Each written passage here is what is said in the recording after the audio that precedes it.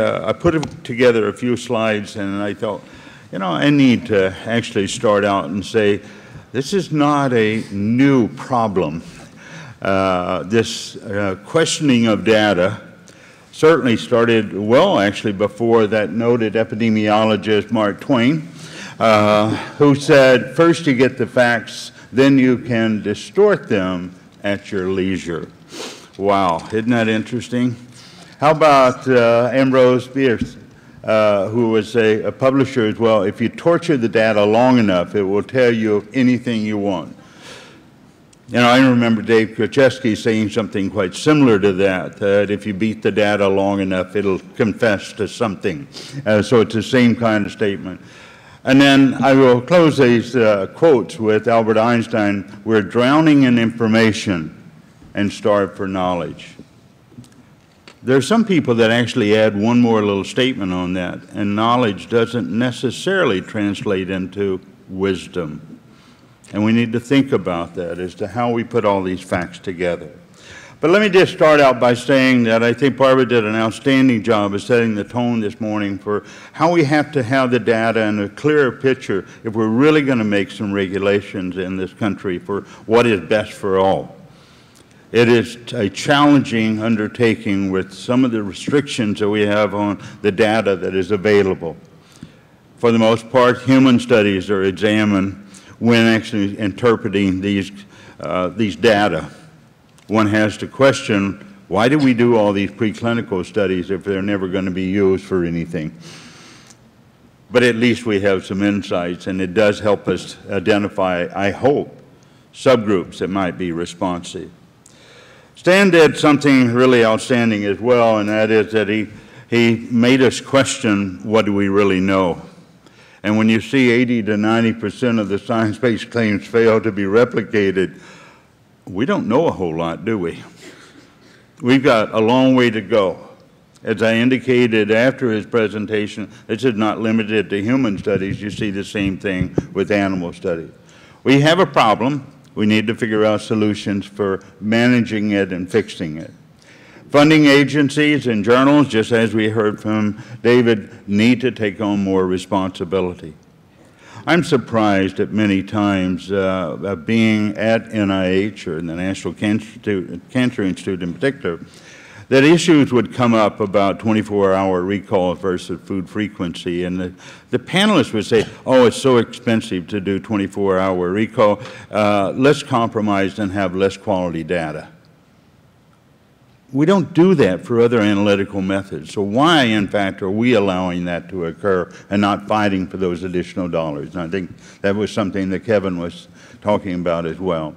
And one useful step is to require the data be available to everyone. We've heard that over and over. You know, NIH has a policy. It's really kind of difficult to enforce because you can always be mining some of that data. Kevin gave us some solutions to measurement errors. We've got to quantify it. We've got to budget for it. Again, dollars are important, but we actually have to start thinking about this from power calculation and calibration are needed for subsamples. We have to adjust our findings and deal with all of these types of misinformation. And he gave us some really elegant approaches to use a gold standard all the way to bronze. We have to put these things in place if we're ever going to understand the quality of our information. Catherine, I think, raised some real fundamental issues about what do we know about eating behaviors. I would say someone now involved with USDA, how strong is our database? What foods do we actually have in that database for making assumptions about eating patterns? A lot of work that needs to be done. The last comment there, that currently available food frequency questionnaires may lead to bias as they do not equally represent diets of different groups. Wow. How much of the information we use today is based on food frequency? A lot. And we had to start thinking about that. Again, this is a cost effectiveness issue as well that I think is coming into play. We do not, I repeat, we do not need to chastise one group or one subgroup for the use of these. We've got to figure out what is the best solution for gathering data. Robert, you know, the Bayesian method, I found this really intriguing. You know, obviously we've got to build from what we know, and then we add to it and get better and better information. I think, you know, we have to, the second bullet, compel skeptics and advocates to be transparent and quantitative in their views. Both sides need to learn how to talk and talk to each other. And then I think he pointed out clearly we've got to de-emphasize weak data and not use it as compelling evidence for anything. David Allison, I've been scooping manure most of my life, so I've been a lot closer to it than I have chocolate, I think, but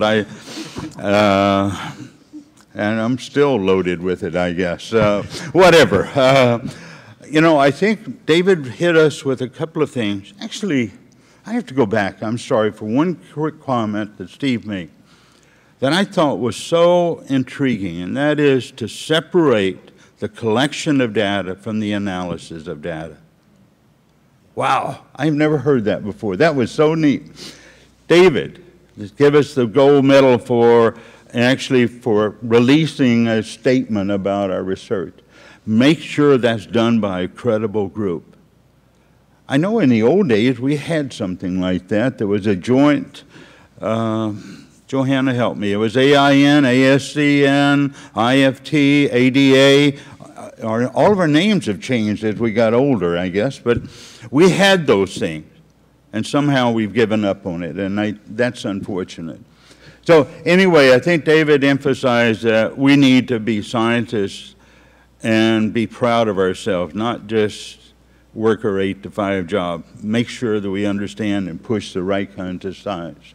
We develop a set of methods that we can use to make sure we're dealing with the data appropriately. And invariably it has come up about finances for what we do in this area.